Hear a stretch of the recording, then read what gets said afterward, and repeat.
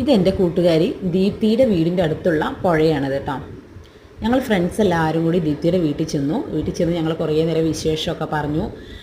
ഞങ്ങൾക്ക് ചക്കയൊക്കെ ഇട്ടുതന്ന് ഞങ്ങൾ ചക്കയൊക്കെ കഴിച്ച് അങ്ങനെ നല്ല അടിച്ചു പൊളിച്ചിരുന്നു. അപ്പോൾ പറഞ്ഞു ഇങ്ങനെ വീടിൻ്റെ അടുത്തൊരു വലിയ പുഴയുണ്ട്, നമുക്ക് അങ്ങോട്ട് പോയാലോ എന്ന് ചോദിച്ചു.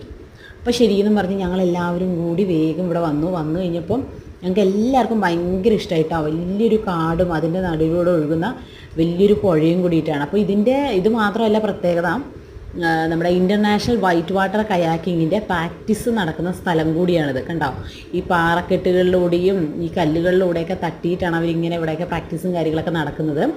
ഇപ്പം നമുക്ക് മഴയൊന്നും ഇല്ലാത്തതുകൊണ്ട് ഇങ്ങനെ ഇതിൻ്റെയൊക്കെ സെൻറ്ററിലും ക്രോസ് ചെയ്തൊക്കെ പോകാനായിട്ടൊക്കെ നമുക്ക് പറ്റും.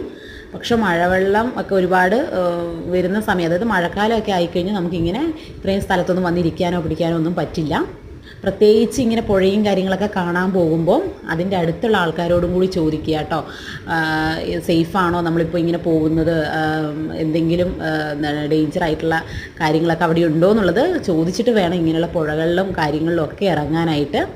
കാരണം പല പുഴകളിലും അപ്രതീക്ഷിതമായിട്ടൊക്കെ മലവെള്ളപ്പാച്ചിലൊക്കെ ഉണ്ടാവും. അപ്പോൾ നമ്മളിങ്ങനെ അറിയാത്തവരൊക്കെ പെട്ടെന്ന് വന്ന് ഇങ്ങനെ സെൻറ്ററിലൊക്കെ വന്ന് നിൽക്കുമ്പോൾ നമുക്കത് സേഫല്ല.